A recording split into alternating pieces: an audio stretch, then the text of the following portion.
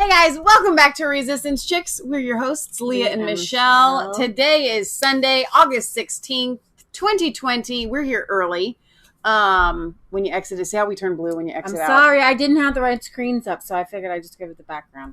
Okay, all right, I'll make sure. Look, now we're not blue anymore. Look, there you go. So first and foremost, we're here early because we're going to a harvest party later in a little bit. So today's show is going to be concise, 1 hour long. Actually, 54 minutes is what Leah gets to give you. So we are stopping the show at 1:30, regardless of anything else. So I'm excited about today's show. Sounds real terse about it. I am so glad we're actually here for you. I love you. I'm glad to bring you the news.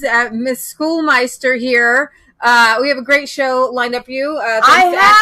Nigel. I'm going to let y'all say something. I only have one fault in this entire world. Okay, literally only one. And you're going to spend 5 minutes of my show talking about your own faults. And that's trying to be someplace on time. And not trying to be getting upset at not being able to be placed on time because it's I'm three-leggedly attached. I feel like I'm a debater. And she already just took like 3 minutes to do this. I'm sorry. I have a show for you. I'm so glad you're here from around the world. Forget time. What is time? Time is ticking away. If I could have time in a bottle. Taking more of my time. All right. Let's go straight to the video. Nigel Farage just dropped. I have been waiting for this. He was supposed to drop it earlier this week. So I have actually several videos for you. And I was going through the videos like, where's that video? He's going to expose Priti Patel's district. Where's that video? Well, it just came out minutes ago. Where your very own, if you're in the UK, Priti Patel, who is supposed to be guarding your borders, her very own constituency has one of those migrant hotels. Oh, dear. And Nigel exposes this, and here we go. All right. Rewind this 9 seconds. They're on us. It's private property, boss. Please leave. Please, because it's private property. Thank you.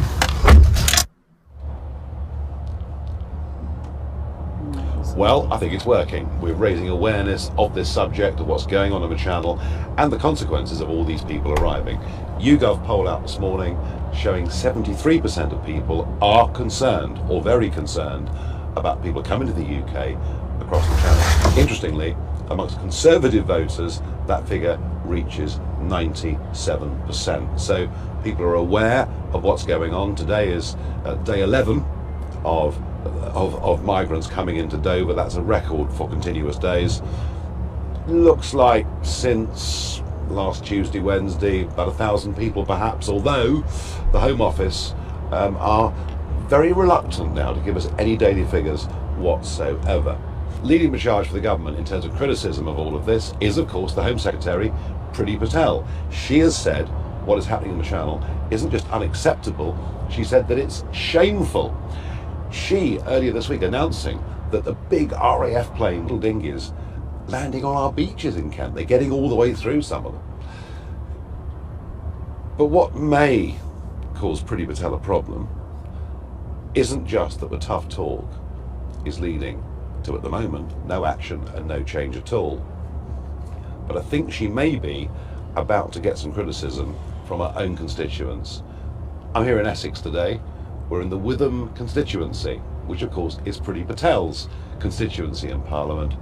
And I was given a tip-off overnight that the Rivenhall Hotel here, a hotel that had been closed during COVID, but on its website announced it was reopening on the 3rd of August. And yet, earlier on, I tried to book a room.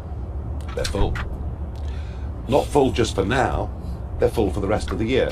So what it looks like is not just the Midlands and the North anymore, but because of the sheer volume of people we're having to accommodate, increasingly it looks like hotels in the southern part of England are also filling up. And this one appears to be in Priti Patel's own constituency. If we're about to find out that is correct, if we do find out that is correct, she's going to have some real questions, I suspect, to answer to her own constituents, because this could prove a massive embarrassment for the Home Secretary. And there we are, the Rivenhall Hotel. Non-residents welcome. Yeah, go on. This is okay. So the hotel is full, but you can see there's a lot of people here, an awful lot of people here. There's a manager. He spotted me. It's full. Hello. You all right? Yeah. Good, good. We were told it was closed. It looks full.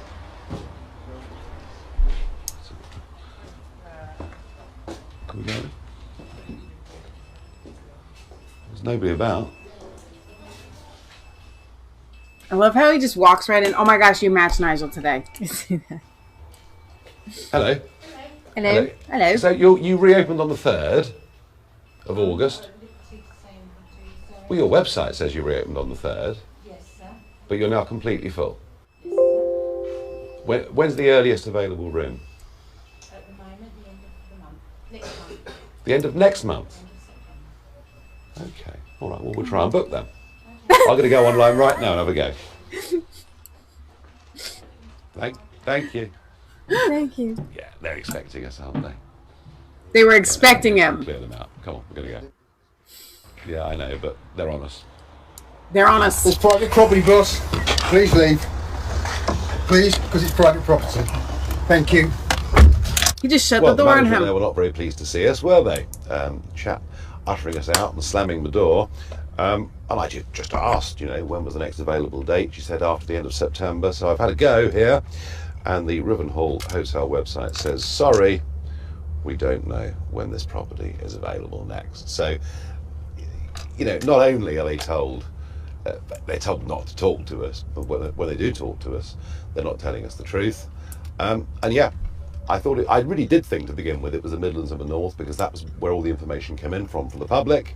And now we can see it's now happening in leafy Essex, in Priti Patel, the Home Secretary's own constituency, the person who's been the most vocal and the most critical of what is going on in the English Channel, and yet here it is on her doorstep, but more significantly on her constituents' doorstep. So we'll now go out and try and talk to one or two of them.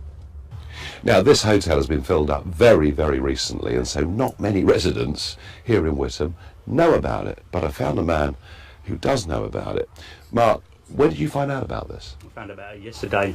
I think my father-in-law sent me a video of someone driving down there just to see for themselves. She does, and I quite like her in many ways. She does talk the talk on, the channel crossings, migration, all the rest of it. Yeah. I mean, did you support her at the last election? Yeah, I did, yeah. And how do you feel about the fact that she, of all people, who's been criticising what's going on the channel, yet not able to stop it, but it's in her constituency? Well, I'm quite disgusted with that, really, Nigel. That's why I got in touch with her, because as it's her constituency, I thought that she would, definitely clamp down on it. If she's trying to disguise the fact that it's happening here, I'm not sure if she knows about it, which I'm guessing she does. Have you got a message for your MP? Well, what's going on, really? Can we get this sorted out sooner rather than later, before it gets, too much of a muddle to actually get it sorted? Do you know, it's quite interesting what he just said to me, what Mark just said to me. It's kind of what I get all over the country. Can we please get this sorted? And I think the government really needs to get a grip on this, and very, very quickly. Communities like this are not thrilled about what's going on. I think once this gets out here in Witham and all the villages around, I think she's going to have some real pressure on. Oh, definitely, yeah. I really do. Oh, yeah. Great stuff. Yeah, of course you can, mate. Just as I say, yeah. That's it. Good. That's good social distancing. Well, once pictures. again, our investigation has shown that members of the public are telling us the truth when they send in their emails. So please, please, please keep sending in your stories. This one, I think, has got a bit more significance because it is Priti Patel's own constituency. I'm absolutely certain many of her constituents will not be happy about this at all. I'm doing my best to get the truth out, to get a proper debate going in this country. So please, please share this video. I love it so much. While you're there, go ahead and bring up the Dover video where he is back in Dover this week to expose the migrants. And Nigel Farage had than mine. It was the very next video, I think. Oh. Let's see. His Facebook feed on yours is different than his Facebook feed on mine. I can't do anything about that. Here we go. Here we are. So while you bring that up, it's amazing to me that Nigel has taken to the streets. And not only this, he has another expose. He calls it his investigation part 3, which I don't know if this is part 4 or 5. Part 3 is when he investigated a party town celebrating Jamaican Independence Day, and things got out of hand. 4 officers were injured, and so he goes there and he investigates, and he's like, why are we hearing about this? Why are we hearing about this? Why are we hearing about this? And Nigel Farage on the road, investigative journalist. They're not going to arrest him. It's so wonderful, actually. Who else would you want to see being an investigative journalist? No one on the planet.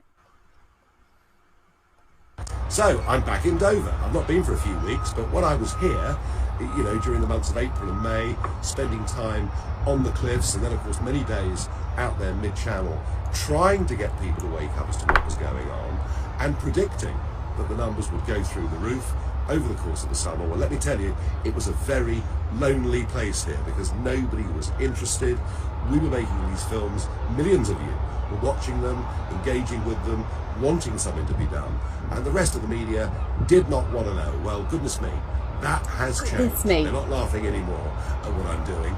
They're all covering it. It's wall to wall in the newspapers, on television and on radio. And just yesterday, Immigration Minister Chris Philp, yeah, I know you've never heard of him, but he is the Immigration Minister.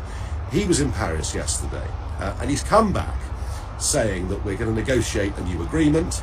We're going to try and make the route unviable. I think what he's done is given away yet another £30 million to the French. And he even praised the French, saying they'd stopped 1,000 migrants on the beaches from coming across this year. But yeah, hang on, Minister. Over 4,300 have arrived that we know of. So if 1 in 5 are being stopped on the French beaches, and if we've given them up to £100 million already, why on earth would another £30 million of taxpayers' money be given to the French? The fact is, they are not fully cooperating. They are happy to shift this problem onto us. And you know something? Not a single person that has come into this country illegally this year has been returned to France or anywhere else. So the crisis just grows and grows. And this from a government with Boris Johnson, who said last August, exactly a year ago, people who come across the channel illegally will be returned to France. Priti Patel, sounding tough, being photographed down here on Monday, out on one of the Border Force and police boats. Everything that's being said, please, please, take my advice. Don't believe a single word of it. Nothing is going to change until we change the law. Nothing is going to change until we say to the European Union, we're leaving, we're not going to abide by the Dublin regulations, we can't possibly afford to wait until the 1st of January.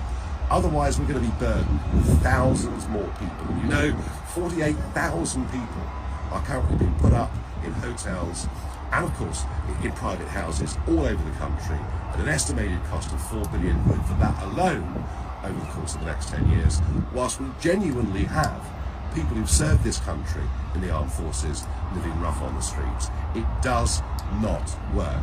Now, the big media narrative over the last few days is that everyone that comes are desperate people. They're all fleeing in fear of their lives. Well, I've no doubt there are some people that fit that category. But remember this when you're watching our biased broadcasters. Remember this one thing. 85% of those that come are young men between the ages of 18 and about 26. And amongst those are people who, I'm afraid, are bringing with them a radical ideology which is no good for this country. And the great danger of people being placed together in hotels in big groups is that we see radicalisation. I've already this week had one report of somebody who was kicked out of one of these hotels for trying to radicalise the others. The trouble is, they removed him from that hotel and put him into another one. So there are issues here of cost, there are issues here of national security, but there's also an issue here of what is going on every single day in Dover is nothing less than a national humiliation. A country that voted to get back control of its borders in a referendum, nothing is happening. So yesterday, we have official figures for yesterday at the moment, of 6 migrant boats being brought into Dover and 75 people. Those figures aren't right. We absolutely know from our sources there were 12 vessels brought in here yesterday and approximately 150. So maybe the Home Office will help us and update the figures. And this morning you can see it's pretty murky in the channel. Just about make out the French coastline. Visibility is not great, so spotting dinghies this morning, not easy. As we speak, the lifeboat has been out. No, I don't think so. Dinghies, border force are out now. I understand bring up that there are next if you want 3 to. boatloads that have been picked up so far today. So in a very short while, This we will one see still has border like 7 minutes force left. coming into the harbour, and we'll see people going up the ramp into that building there where they'll be processed. And you might see on the right-hand side the coaches. Coaches that will take them off to hotels all over the country. So we'll wait around for a few minutes and see what occurs next.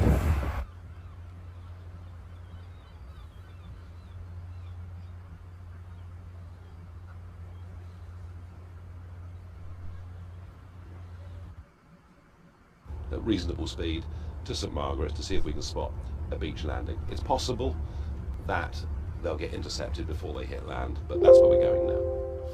Didn't work. We didn't find it. There's a kayak out there somewhere. My guess is it may have been picked up by border force. There was a beach landing at Dungeness. 10 people in a dinghy hit the shore there about an hour ago. So we're now coming back into Dover Harbour, and we're going to go opposite the reception centre to try and get some idea of just how many people have come in today. At the moment, I would guess it must be 150, but it may be higher than that. We'll find out in a moment. If you want to apply for asylum in our country, and we are, as a country, we've always been pretty open to this, but you've got to do it and be processed offshore. And until people know that coming via this route, they're not going to be allowed to stay, they will just keep on coming. So that's what happens. We've got the big border force vessel comes into the harbour. They then unload onto these smaller boats round. They go up the ramp, be processed in that building. The coaches, the immigration will process them, and then the coaches will take them off. And that's just the first load that has come off HMC Seeker, and we'll see that is going to be repeated over the next half hour, over and over again. Okay, so this is the ramp that they walk up into the reception centre. So you can see each migrant. We're still on the same one. Official I don't know if you want to go to that one. migrants are obviously. No, I can go to it because I'm not going to play the whole thing. That's fine. Been put on them, or they may have worn already. What's that? 1, 2, 3. They're stretching them out. And remember, every one of these has now set foot on British soil, which means they've hit the It's jackpot. amazing. Every single week he's doing this. They will be able to stay, and they'll be in a 4-star hotel within 3 days. Okay, you can stop it. And they'll be in a 4-star hotel within 3 days on your taxpayer dime. And I think that is what is really going to hit home more than anything else, is the fact that you guys don't get to stay in these hotels. I know. So there's more here. That's crazy. There's more here than meets the eye. And you have to wonder what is the goal here of the Priti Patel and Boris Johnson. Why would not you doing let? anything. There is literally no reason not to stop this. It's not like you don't have the ability to do so or the resources. Mm-hmm. Okay, so if nothing is happening, it's purposeful. Right. It is intentional.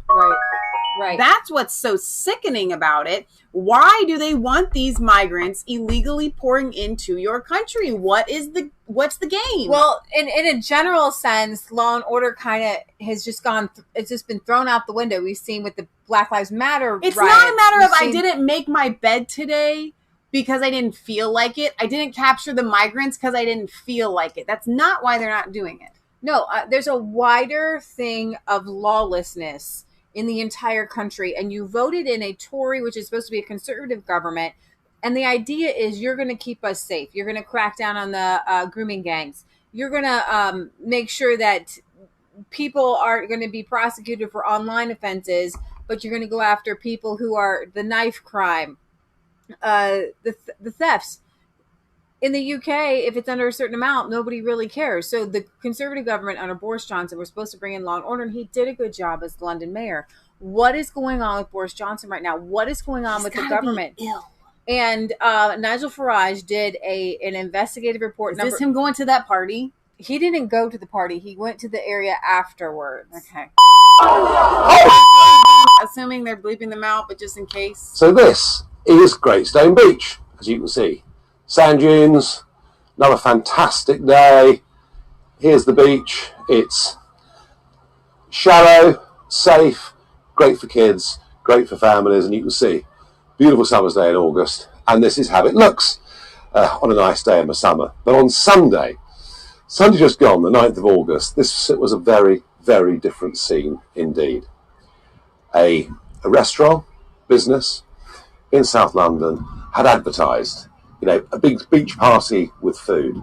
They tried to go to Camber Sands, further along the coast, which is a very well-known beach spot. Tens of thousands go almost every day when it's lovely. Camber found out about it and said, no, it's not on. So they transferred to what they called a secret location, put the postcode out quite late, and then upon this place descended not just coach loads who'd paid money to this company to come along and have a beach party, but thousands and thousands of people. And what I'm told by local residents is during the afternoon, and no one quite knows, but 3,000 people sounds a reasonable estimate. Some think it could have been as high as 5,000. Obviously, no social distancing of any kind being observed whatsoever. But people say, with the music, with families, people of all ages, that actually, although it was completely overwhelming for a small community, that actually the atmosphere wasn't too bad. Then at about 6 o'clock, as the families with younger kids start to leave, then down from London start to come a lot more people. A lot of flashy motor cars. We've got pictures of Lamborghinis and the most expensive Mercedes. And then what happened over the course of the next 5 hours is something that I am simply astonished is not being told in our national media whatsoever. What happened in this little seaside town of Greatstone on Sunday evening is complete, total and utter lawlessness. And what we're going to do is find out from residents exactly what they experienced on Sunday. And the big question in my mind is why would something as appalling as went on here not be part of our national news agenda? Is it because we just accept now that law and order's gone? Is it because we're too terrified to criticise one community because the excuse given for the party was that it was Jamaican Independence Day? What is happening to our country? What is happening to our media? Why is it me that has to come along and try and report this and get it out to a big audience? So this is part 3 of Nigel Farage Investigates. I love you so much. 6 months. Oh, pink shirt. I've been going out making films. We make films, we cut them, we clip them. We started off out there doing the Channel Migrant stuff when nobody would even cover it. We got millions of people watching our stuff. And now, of course, they're all covering it. But it's all kind of... so adorable. There was a beach party. It went a little bit wrong because people... Yeah, but annoyed with the one yesterday. I know. Well, I'll see what I can find in Grace then. Well, I'm sitting here with the local council, David Wimble, and he has been quite extensively quoted in the South East media particularly. But one of the things that fascinates me is national media aren't covering this story, so it's a bit difficult to find out what really, for the public as a whole, what really happened here on Sunday.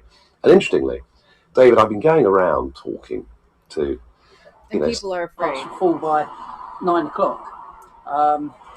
By 12 o'clock, more and more cars were parking on the main road here, double parking. So there was double parking, on the pavement as well as on the double yellow lines. By 3 o'clock, minibuses started turning up. Where I live has got private parking. I couldn't get in there because there was minibuses parked in the car parking spaces. And by about 5:30, literally the whole roads were gridlocked. But the evening, things turned a little bit different, didn't they? Well, I came back down here about 8:30 in the car. It was 5 minutes to do half an hour because there was literally people in the street. There was a strong smell of cannabis. Afterwards, we found loads and loads of nitrous oxide cylinders.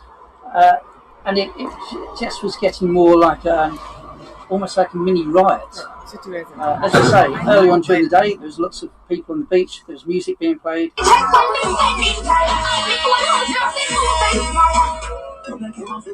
I believe the police stopped that fairly early on by 5 o'clock. They were told specifically that there could be no amplified music. You know, in order to hold any event down here, you need a temporary entertainment license. None of that was applied for. So, for all intents and purposes, it was an illegal party. So they also were yelling black. 4 police officers getting injured. Sorry, that gets really loud. That's what we wanted to get to. 4 police officers were injured. Defend! I was defend! I defend, man! Watch it! I've seen the videos of the policemen being hit by the car, and I understand some other people were being attacked in the car park as well. That's a lot of I don't have my thing, you know. Oh my God!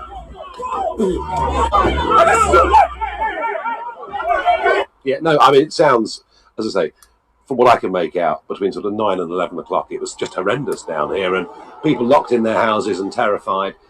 And all of this violence, all of these drugs, all of the things that were going on, assaults, 1 arrest I'm hearing.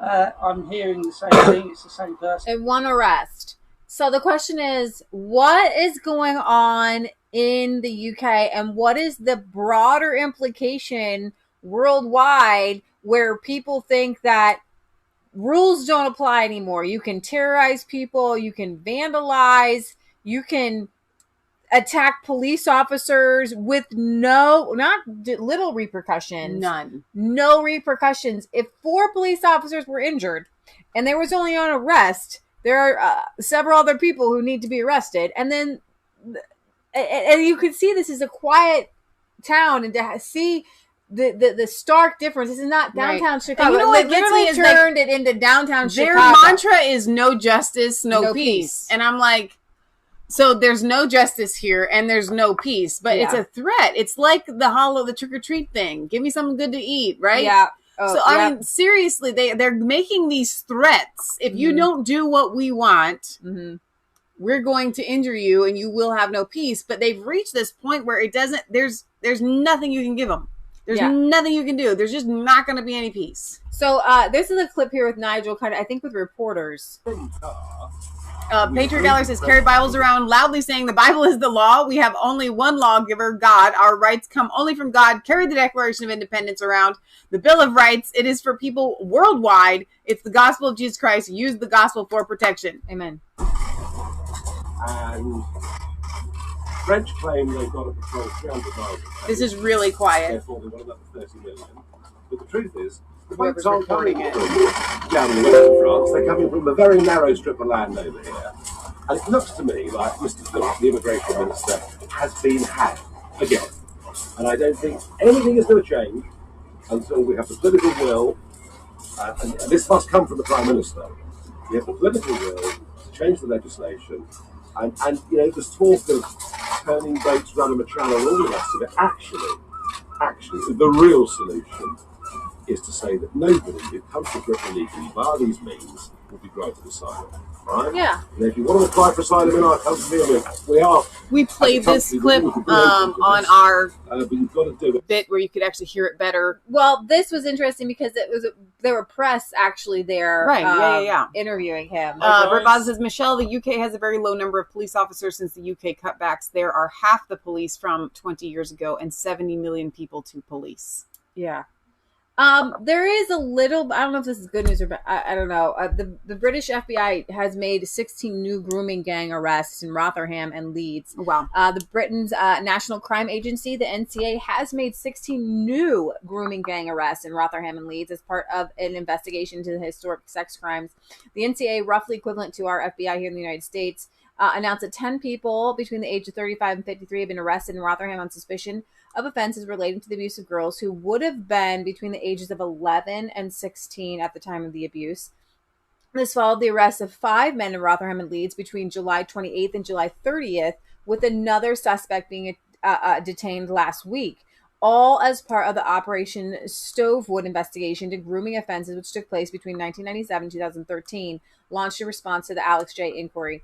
The NCA said that around 150 people have now been arrested as part of Operation Stovewood, and this is a very interesting name, and that the jail terms of almost 250 years have been handed down to 20 people convicted so far, although this is somewhat misleading given 250 years averages to just 12.5 years across 20 people, and criminals in Britain are, in any case, typically released on early license automatically at the halfway point, more rarely at the 2/3 point of their sentences. This has been a significant week of the operational activity, and working closely with local partners in Rotherham and across Yorkshire, we continue to focus on supporting victims and bringing offenders to justice as part of Operation Stovewood. It's very interesting to me that sex crimes are given such low sentences, knowing that people will go out and repeat. You don't normally reform after 6 years in prison. You don't suddenly become, I really never would want to hurt anyone ever again.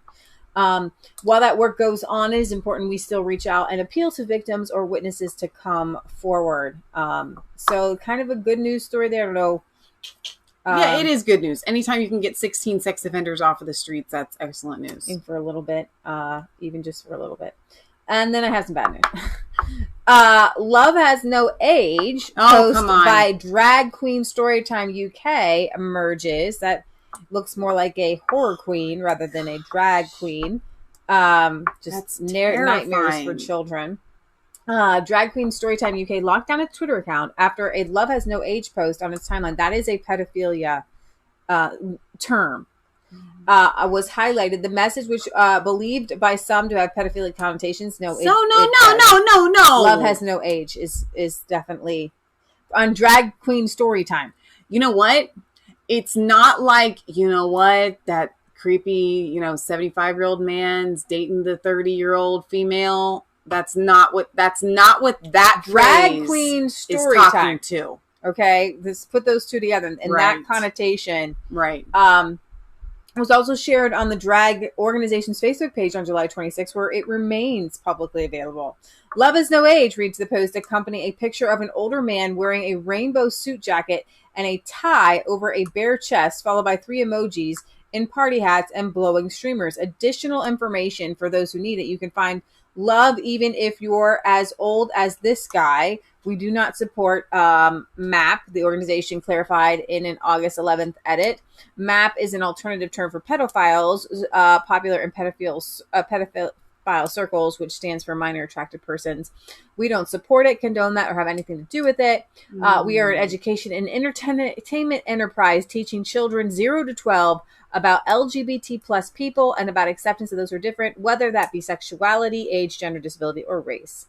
Lies. So-called drag queen story hours, in which drag queens read stories, sometimes with an LGBTQ plus bent to them, to young children in locations such as public libraries and schools, are not without controversy, either in the United States or in the United Kingdom. So remember, in Texas, a registered child sex offender was able to read to young children as a drag queen. So yeah, Love Has No Age. No, that's not. Yeah. So that was that. There was that. Oh my gosh. I don't even know how you segue.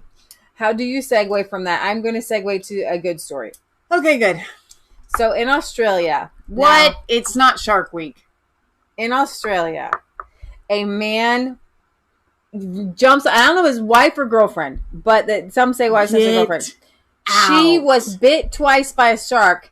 Dude gets on the shark. I'm going to show you. No, he doesn't. Punches the shark. Saved the girl's life. So here, ladies, find you a man who will ride a shark to save your life. And punch it in the face. No, yeah. Okay, so just when you thought it was safe to go back in the water top, there's been yet another shark attack down under. This time the woman survived, and her husband repeatedly punched the shark. I'm going to bring you this video here. Here it comes. This is good. You see the mother of your child and your support, everything that's who you are, and so you just react. When a great big shark attacked his wife on Saturday, Mark Rapley said he just reacted, punching the shark until it released her and then helping her back to shore. Your body reacts to saying, get off, and so you start punching and you start thinking amazingly where to punch, and so you're like, oh, just attack the eye or whatever. You just start thinking differently, I suppose. But, Rapley was surfing with his wife Chantal Doyle off the coast of Port Macquarie in Australia's New South Wales when the shark attacked. He described seeing her hit by a force like a punch and being thrown into the water, and says she saved herself by managing to climb back onto the board. And so when the shark circled back around and grabbed her on the right calf, I was only about 2 meters away when it grabbed. But if she wasn't on her board by that stage and strong enough to lift herself up, I think it would have dragged her down. That's terrifying. She wouldn't be floatable. And so I think that was a big part of making sure she was okay. Rapley says he climbed onto his wife's board so he could punch down onto the 2 to 3 meter shark. She is now in hospital with severe lacerations in her leg. No, she's in pretty good spirits, still strong, and yeah, she's hopefully all fine from here, but long road to recovery, I think. Yeah. Beaches in the Port Macquarie area were closed. So it wasn't a giant shark. Now that doesn't 2 to 3 meters. Yeah, well, it's like a yardstick, right? No, like how long is a meter? See, I hate the It's a pretty decent shark. Are you sure? Yeah. How many feet are in a meter?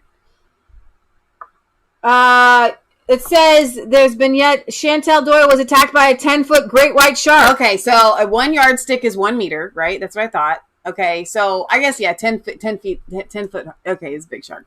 Yeah, Big shark. big shark. Big shark. Big shark. Big shark. I didn't. Not like, but okay. I think of like Jaws. Okay, any shark is a big shark. There's little sharks, and then they get progressively bigger. Okay, but a 10-foot shark is still like really, really big. Hospital, Chantal Doyle mauled by a shark, but now in safe hands. Alan says any shark bigger than 12 inches and bound is a for big surgery, shark. But this was a lucky escape. You scream at a It spider. did take a bit of effort to get that shark off her. Surfing with friends at Shalley Beach around 9 They a.m. measure it from when a the fin to the juvenile tail. great white made its move. Did he just say great white? Is it a great white shark? 15 metres great from white shore shark. and Yeah, caught all right, from big below. shark. The shark Clear took mind. hold of the mother's legs, but as its killer instinct kicked in, her husband's did too. It'd be his natural reaction to get in there and do what he can. Witnesses say protective husband Mark Rapley grabbed the shark's back, punching it until it let her go. But those stunned and watching from shore say the hungry predator didn't leave without claiming a prize. After the attack, the shark came along the beach, and then it started jumping up with the surfboard in its mouth. She looked in pain a lot. I understand there's some fairly significant trauma for lots of people. Traumatic, but it's the third shark attack on the state's north coast in just 2 months. There have been several sighted in these waters over the past couple of weeks, some in the last few days. It's the most Australian of emergencies, and today an army of locals helped pull off a very Aussie escape. A surfboard stretcher to carry her from the water and a makeshift tourniquet to stop the loss of blood. The immediate first aid, the immediate support assisting the patient from the water was quite amazing. Actions which saved Chantal Doyle's life. Ruth Wynne Williams is at John Hunter Hospital for us tonight. And Ruth, how is she? Well, Georgie, Chantal Doyle was in a pretty bad way when we saw her unloaded here this afternoon. The good news is she is now stable, but she has had to undergo hours of extensive surgery. Her family has been making their way here this afternoon, Georgie, and as you heard in that story, her husband is definitely someone you want around. I love it. Get yourself a man who will jump on the back of a great white shark and punch it until he's gone, until somebody bites the dust. Woo! That is a really good story. Yeah, I didn't do it. I didn't do anything. You found the story. Oh, no, man. you didn't do anything. You didn't rescue anybody from a shark. But you would. No, I didn't do You nothing. would do it. I would actually if you were being attacked. I would throw my life down. I know you would. I have a crazy Majid post this out. Dear YouTube, take this venomous bigotry down. Ex-Muslims are human beings. This Muslim street preacher in London says apostates are little weaklings and should be executed. That this is our religion. This is a part of our religion. There's a reason to it. Yeah? There's a reason why there's a capital punishment. Because people like you, little weaklings, who leave their religion and cause corruption in the land by spreading it, the capital punishment in Islamic law would be applied to you. We have no doubt. And we're proud of that. Yeah? Capital punishment will be applied in an Islamic state. Yeah? Not individuals going and doing it themselves like idiots. Yeah? No. Under an emir, the law. it is done. Yes. And we, you know what? Fine. We'll be watching. We'll be watching. Because if you're going to cause corruption in the land, that's going to cause more damage to the society as a whole. Because the Sharia didn't come to protect an individual's right. Hey, can I drink alcohol? Yeah, sure. Drink alcohol, run someone over, kill them, set all this kind of chaos. No, Islam says the right of the community is greater than you individual wanting your right to freedom, which is BS. Absolutely BS. Is there swearing? Is there a swearing thing against Islam there? All right. He's very religious. Yeah. I felt the religion coming right out of him. Yes. Now, not some crazy vigilante doing crazy stuff. No, we kill people who live. If you leave Islam under Sharia, the government, yes, not individuals. We do it in the government in an Islamic not like some state. sort of crazy person because in an Islamic state like ISIS, and this is what we would do to you if we had an Islamic state here. And when we do, because we will, you done for, buddy. Mm-hmm. And anybody else who doesn't even do anything, it's a community. Right. The whole community's got to do it. Right. Or it's no good. Right. So we chop everybody's heads off. UK? We're coming for you. Oh my gosh. All right. But there's peace in the Middle East. So some people aren't as crazy as this guy. So we talked about the groundbreaking peace treaty this week, Friday, between Israel and the UAE, the United Arab Emirates. UAE. You said it right the first time. These acronyms get me every time. Go ahead. I'm sorry. UAE. Forgive me. Yes, United Arab Emirates. Okay. And actually, Israel says that they are hopeful. I think Oman, and another one are lined up to go. Two other little Middle Eastern countries are lined up to go next. But this is from Majid talking about the groundbreaking peace treaty here. One can only explain. And I say this as somebody who succumbed to it in my teenage years. It's an inconsistency that can only be explained by historic European anti-Semitism. To treat Israel in that one different way, when people do not treat Turkey over Cyprus in that way, do not treat Pakistan over Kashmir in that way, and did not treat Britain over Northern Ireland in that way. In fact, I'll take you one stage further. We occupied Iraq. It's called the illegal invasion of Iraq. Did anybody turn around and say Britain doesn't have the right to exist? And so those 25 countries, most of them Muslim majority, that till this day from 1948 refuse to recognize Israel as a state while being some of the worst dictatorships on this planet. Look to Syria, look to Saudi Arabia, an absolute monarchy, look to Iran, a theocracy, look to Pakistan, need I say more? Yemen, in civil war, Afghanistan, in civil war. And they refuse to recognize Somalia in civil war, Libya in civil war. I mean, one would argue they've got their own problems. Why are they judging a state that happens to be the only democracy in the Middle East? And so my view is it's that this is groundbreaking because what the UAE have done, and yes, they have their own problems. The UAE is not perfect. In Libya, they're on the wrong side of that civil war, backing a military leader against the UN-recognized government in Tripoli. Of course, the UAE is not perfect. But what they've done here is groundbreaking because it's opened the door to other Arab states finally saying, okay, yes, we recognize Israel. Once you do that, you can have a regionally negotiated peace settlement, as we did with Northern Ireland. Why were the Americans involved in what should be a domestic dispute here? That's a really because that's how peace happens. You bring regional partners in who have a stake in stability in the region because it encourages trade. So what the UAE did is groundbreaking and historic, and take heart. My dear Jewish friends especially, take heart, because it means peace is coming.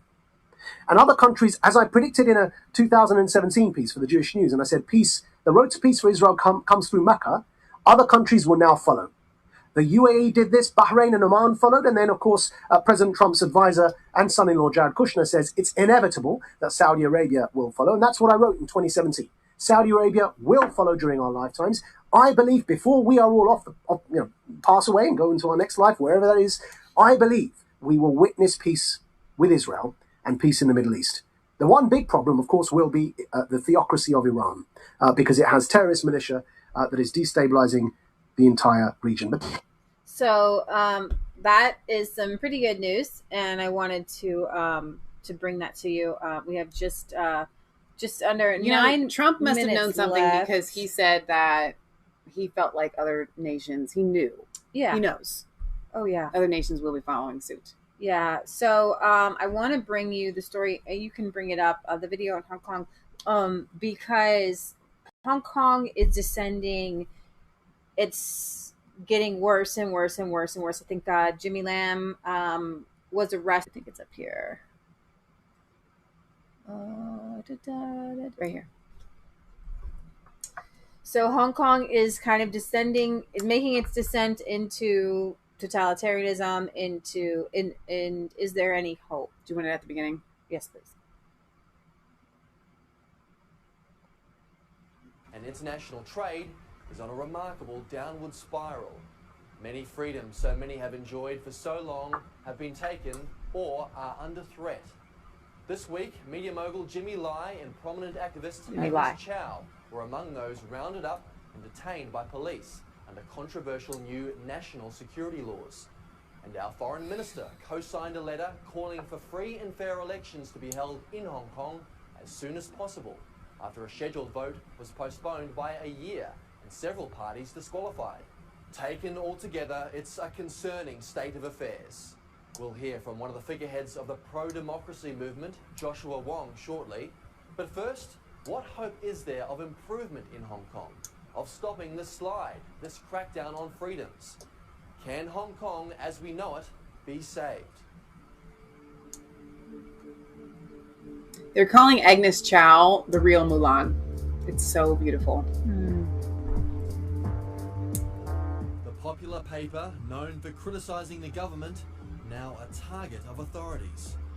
Dozens of police swarmed the offices of Apple Daily.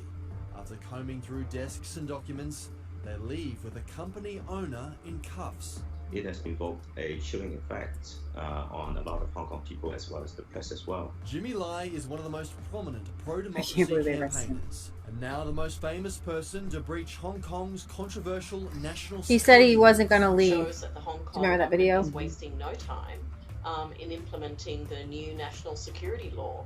And what that means is that basically there is no longer any tolerance for criticism of the Hong Kong or Chinese governments. The laws were created by the Communist Party in Beijing and implemented at the end of June. 66 somewhat vague articles banning any acts of secession, subversion, terrorism, and collusion with foreign or external forces. Offenders can face up to life in prison, and a new police department to enforce the laws is shrouded in secrecy.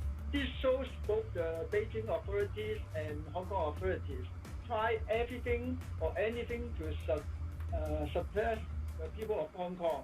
In Hong Kong, like in Australia, people had, basic democratic freedoms up until a few months ago. And I think this is really going to have quite a chilling effect.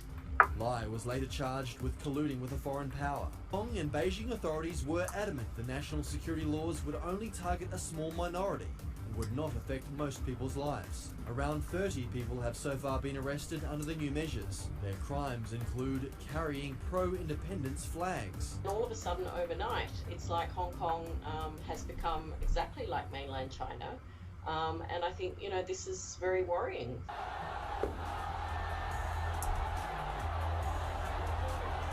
It was these scenes authorities aimed to curb with the new laws.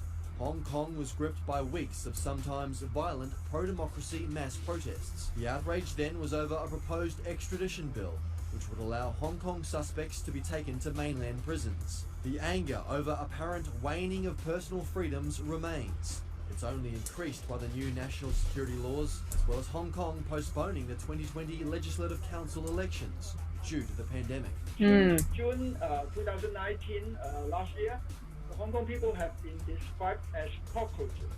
languages, not treated as human beings. Hong Kong was supposed to be special. Under the 1997 treaty between China and the UK, the territory was supposed to be a special administrative region, governed under the one country, two systems model.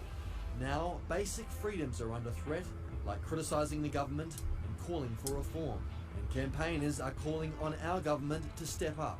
I think it needs to work together with other liberal democracies that are also concerned about what is happening in Hong Kong.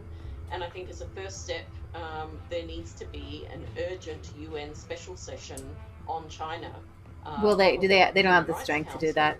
With a view to setting up some kind of new monitoring mechanism on China. International community should hold the Hong Kong government accountable when such and principles are being violated. The Australian government has expanded access to Australian visas for residents of Hong Kong and suspended the extradition to Australia. So I hope Australian government can help this kind of people. Case where people really need asylum, their government is arresting them, they're being put in prison. Jimmy Lau, he was interviewed. We played him. He said he could leave, but he won't leave. And he knew that he was laying his life down. He knew that they were going to come from eventually. So I want you to lift up Hong Kong in your prayers, because this is a moment of worldwide decision making. This is a turning point. Will there be a moment? Yeah. Do we have the guts? Because we didn't have the same economic relationship with Russia. It didn't matter to us. We didn't have any stake in the game. There was no monetary. We weren't making Nike wasn't in Russia. Adidas wasn't in Russia. Apple wasn't in Russia. All of our goods weren't made in Russia. Are we willing to say, China, tear down this wall? Right. And if that means that we go without goods, are we willing? I have been saying it from the very beginning. I'm willing to go without whatever I got to go without. What are you talking about? What is it? What is this? I'm willing to make my own clothes. I'm willing to grow my own flax. It's not going to come to that. Okay. I had talking to friends about this. It's just really hard to grasp and to understand. They're like, but how else do we deal with it? He's like, but we can't afford to buy other stuff. I'm not telling you that you need to boycott everything made in China. What I'm saying, we're talking to a friend about these tariffs. Yeah. Well, but the tariffs will hurt us as Americans. We're barely getting by. No, there is barely getting by, and then there's being in jail. Right.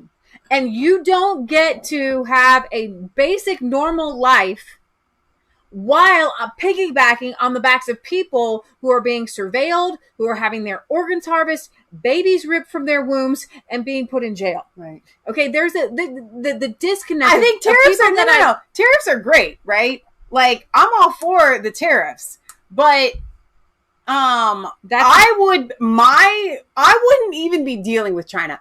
I would cut off all products from China. We're done. Yesterday. Okay. I don't care if we have to do without stuff. I don't care if we have economic collapse. We're headed there anyway. Okay. I don't care if people lose jobs. I don't care if people lose houses. Freedom is I don't so care much what more important. Happens in America. Okay. Because we have to cut ties from China 100%. 100% cut ties from China. Okay. I know we're at 1:30, but I did promise you what I thought was kind of hilarious, that in Sweden, they don't have to wear masks. And I thought this was hilarious because this guy is Norwegian, and he's giving you the top 10 reasons for why the Norwegians and Scandinavians don't have to wear masks. Is it our ruggedness? Well, he says he thinks it's in the DNA. He also thinks it's because they locked down early. But this one was in my DNA. Well, this one was really funny to me, and you'll see why. Place to land. We were there sitting there alone. So the culture here is not a good culture for a coronavirus. Really, it is not. That's right. I'm with you. Don't touch, please. We're Norwegians. So we really don't like to touch each other. That's where you get That's that not from. what we do. That is I where you mean, get that if you, from. for instance, are a foreigner, you're coming from Canada, US, Except the from size of the Asia, from South America, from Africa, or from the south of Europe, and you're meeting a Norwegian, and you put your hand and not Norwegian, and that has nothing to do with the pandemic. Norwegians just freeze and jump. That's what we do, because we don't like to be touched. I'm not saying it's good, but it's very good when it comes to a pandemic. Number 4, a nation of no huggers. That's Leah. It's not in our culture to hug each other. No, that's something continental. It wasn't a part of a Norwegian culture. I grew up in the north, and the only people you could see hug was like a mother and a child. And they would probably do it in private. But when you met people on an everyday basis, you never hugged. So, not a hugging nation, not a hugging people. So it's difficult for the coronavirus. Where's the rest of that? It's not in their DNA. That's what I'm trying to Social distancing is in their Oh, DNA. okay. We love our space. And I think a lot of foreigners before reacted to this. Now, I mean, all the world has to do it. But we have it in the DNA. We love our social distancing. And now during the pandemic, when you're on a train or in a bus or something, and you have that seat, and you can say with pride and joy, okay, this seat is occupied due to the coronavirus. And in our hearts, we just love it. Okay, so I just thought that was hilarious because watch the whole thing. And then I'm gonna just, as I talk, I'm gonna show you this video in Sweden where no one is wearing masks in Sweden. Now, remember how Sweden, they did a mini kind of lockdown, but not a real lockdown. These people are not social distancing. The Swedes are not wearing the masks. Okay. And I know it's a little bit choppy there, but they're not wearing masks. They're not social distancing really. And they're just living their lives. And I want to wonder, why is it that we're killing people by not wearing masks? But the Swedes, it's A-okay. And then this was here we're in Sweden's biggest shopping mall, and I just want to show you Sweden. This is the 17th of June. This was in June. 2020, of course. Here we go. They still have no mask mandate. No masks. You see mask there? As you can see, people. No mask. Just normal people. I gotta tell you, normal people living normal lives. We've been giving Sweden a hard time because of the whole migrant thing and the women in government thing. Can't wear my thing's not staying on. But you can leave yours on. Mine's not staying on. That's okay. We got to sign off anyway. Yeah. But okay, so the Swedes are not to cover the bases. The Swedes it's not in their DNA. Right. Now, what's hilarious to me is that it's not that I don't hug people. It's that I do like my space. I don't like to be touched. So Michelle might try to put some money in my pocket or something, and it really if somebody tries to put money in your me. pocket, you got to get over that feeling. Or you try to put something in my pocket that or get something out of your pocket. I'm not a touchy feely person. Like, I will hug my friends, but it's just not. And so when I heard him say that Norwegian, because we're three on my dad's side, we're 3/4 Swedish, 1/4 Norwegian. That's just on one side. On one side, the other half of us were. So we say we're half Scandinavian and then half mutt. So that little bit of Norwegian in there from my nana's side. My nana's father. My nana's really father was a Norwegian Lutheran minister, and so it must shine through. Maybe you should try to overcome that. Yeah, I don't know. Well, he said it may or may not be good. I do try to overcome it. I give people hugs. It's very funny. I just kept laughing. I laughed on the inside. I was like, is that where I get it from? I don't know. I do not know. But it's just absolutely hilarious. But they're not wearing masks in Sweden, and their numbers are going down. No one's wearing masks. No one's social distancing. They just are living their lives to their best abilities. Here in the United States, a little bit of an encouragement. And I feel bad for the rest of the world because I think that you have been caught up in something that has nothing to do with you. In 3 months, the masks will be over. Okay. After the election, it's going to be a non-thing. Horatio sent me a message this morning saying that he was out and about in the town yesterday, and nobody's signing into the pubs. Like the sign-in sheet's there, but they're not doing it. Everybody has their masks down below their chin. I mean, no one is social distancing. He's like, they're just so over it. They're not even. So in America, though, what's the difference between us and them? Because the people here in America. Media. No, it has to be the media. And you guys in the UK are like, by and large, more relaxed. I think. Why are we so easily manipulated? Americans around here. Oh my gosh. She's got one more thing. And maybe I don't even have it up. So everybody was showing this video of a woman who was arrested. And I thought I played it. We're going to play that one. Where was she? Australian woman was arrested for not wearing a mask, and it went viral, and it was pretty scary. This is the last. I understand. I wish to proceed. Police are under investigation over the handling of a confrontation with a woman caught without a mask. Video shows an officer holding the woman by the throat after she resisted arrest. Get off of me! Grabbed around the neck by police, a woman who wasn't wearing a mask. Choking me! The forceful manoeuvre during a scuffle yesterday in Collingwood as her boyfriend watched. It's a man on a girl and you choked her. For what? For a mask? For not having a mask? Look how pathetic you are! This is the woman who was arrested. Police now agree she has a medical exemption. I understand that everyone's got to wear their mask, but some people have exemptions. And she's one of them? Yeah. Yeah. The 21-year-old admits when the policeman first asked why she didn't have a mask, she gave him the finger, but says what came next was excessive and painful. Get off her! Get off her! Why is he grabbing her around the throat consistently? She's not wearing a mask, mate. She's like there are ways to subdue someone without choking them. Out before she was arrested because police say she wouldn't give her name and address. Why did you kick me in the stomach? Because you're choking her! Today, the talking left to her boyfriend. The way that they come up to us all intimidating is itself enough. They're meant to make us feel protected, right? We don't feel protected. Why am I under arrest? You're under arrest. Why am I under arrest? Assault! I did not assault. You grabbed her! She was charged with assaulting and resisting police.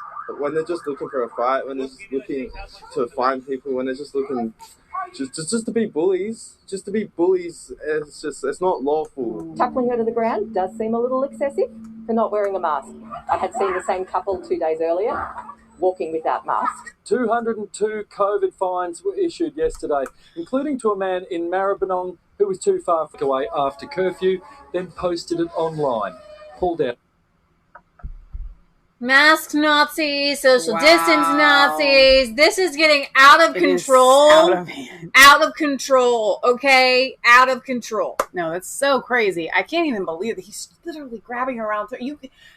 You don't stop someone in Australia, by choking them. You can only go so far away from your home. New Zealand has even more draconian laws. It's like she was a bank robber. There are other videos. There's other videos of people being out without masks. Another older woman was arrested, thrown to the ground. I just can't imagine this. This is unacceptable in human history. Oh my gosh! Yeah, I'd like to have left you with the shark. Yeah, hero my day. gosh! And you know what? Joe Biden once he's like, I'd make sure everybody had to wear a mask as soon as they walk outside their door. I'm like, really? It's pure insanity.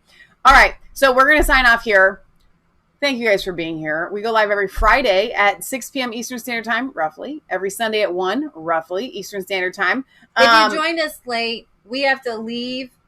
Michelle allowed me an extra 10 minutes on the show today. I am asking you to go and watch Wednesday's show, Revelation Red Pill Academy Introduction. It's in the playlist, Revelation Red Pill Academy. We're going to be going live every Wednesday, doing a series moving forward. For those of you who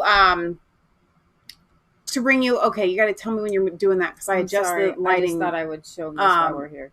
Okay. Millie's video. Okay, so Millie's video. Here, you change the subjects. That's fine. When you're done. But the Wednesday show, I want you to join with us. I don't know what time it will be on Wednesdays, but check out at least in the evenings. Watch last Wednesdays and get yourself caught up. You do not want to miss this. Our thing you don't want to miss. Millie Weaver was arrested. Not been arrested. You see this 1.2 million views? Go to Tori Says, Tore says. She has uploaded on a kill switch what they don't want you to see. It's got 1.2 million views. This is Millie Weaver's Shadowgate documentary. She was arrested just as she was trying to get this put out there. We will probably go live tomorrow and bring you the latest details of whatever happens and more. We have updates. Alex Jones had an update, a little We'll have more updates but tomorrow. we'll have more tomorrow. So you'll have to We love you guys. We have a PO box. You say that? 107 Milford, Ohio 45150. If you send us your letters, we will read them on air. Thank you for tuning in. Have a blessed rest of your Sunday. We love you guys. God loves you. Remember, it's not just a conspiracy theory, guys. If it's the truth and they're trying to just kill you wearing masks. That's a fact. Check. Take that to the bank. God bless, guys.